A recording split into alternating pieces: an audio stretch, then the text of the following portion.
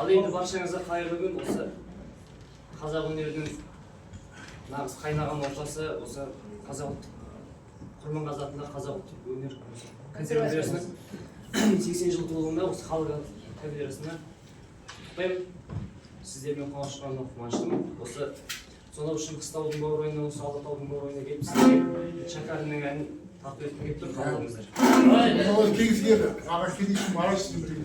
Кезінде Шөкен Жәкең ертіп жүрген ғой. Жәкең әдет етіп жүрген. Енді мен тоғыз күн ертіп жүрген әсет жүрген дейді. Сау болсам. Жиырма үш жасында деген бұл өзі белгілі әншіміз ағамыз қайтыс болды. Келдімбай ағамыз деген болды. Шәкәрмәндерін зерттеген, иә. Сол кісінің орындауында ол кісінің арқасында қазір шәкәрмәндері жақсы еді. Сол үйреткенбіз сол әнді. 23 жасында.